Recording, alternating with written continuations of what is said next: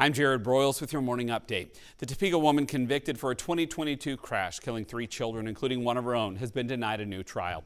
Amber Peary was convicted of involuntary manslaughter and aggravated battery this August for an October 2022 crash that happened when she tried to complete an illegal U-turn on the Kansas Turnpike. Peary filed for a new trial or acquittal on the grounds she wasn't solely responsible for the wreck or reckless in her decision to make the turn. The court disagreed, denying both motions earlier this month. Sentencing is set for November 22nd. A 19-year-old Topeka man is heading to trial for allegedly sexually assaulting multiple underage girls. Christopher Belk is charged with rape and 2 counts of aggravated indecent liberties with a child under 14. A Shawnee County judge last Friday determined the state had enough evidence to take the matter to trial. The trial will start April 14th. Belk is held on $1 million bond. That's a look at some of your 13 News This Morning updates. Of course, you can go to our website for more stories. But right now, let's check in with Doug Myers for a look at your weather.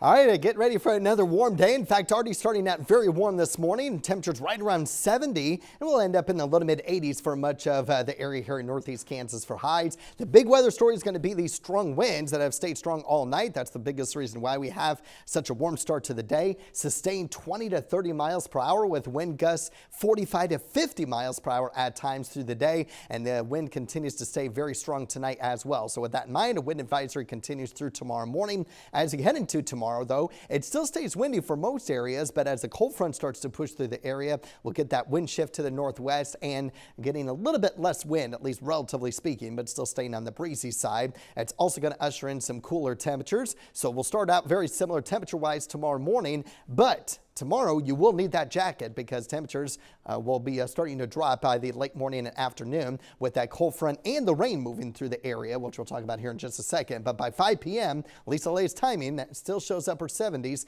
from Topeka to the southeast, 50s and 60s out to the west, and then everyone in the 50s and 60s by 8 o'clock. Again, that's also going to come with rain across the area for tomorrow, and the focus being on afternoon storm activity with this line of storms pushing through areas near and just west of Highway 75 by 5 p.m. So very key as far as timing is concerned with this line of storms pushing through the area, with most of the storms out of the area by about 8, 9 o'clock or so. So there is a risk of severe weather, hail and wind being the primary concern. Can't rule out a brief tornado, and of course heavy rain is also going to be something to watch out for, but I don't expect flooding. So definitely something to be aware of for tomorrow. And then on Thursday, Halloween, 61 with much lighter winds. A really nice day overall. Temperatures cooling down in the 50s and upper 40s during trick-or-treating.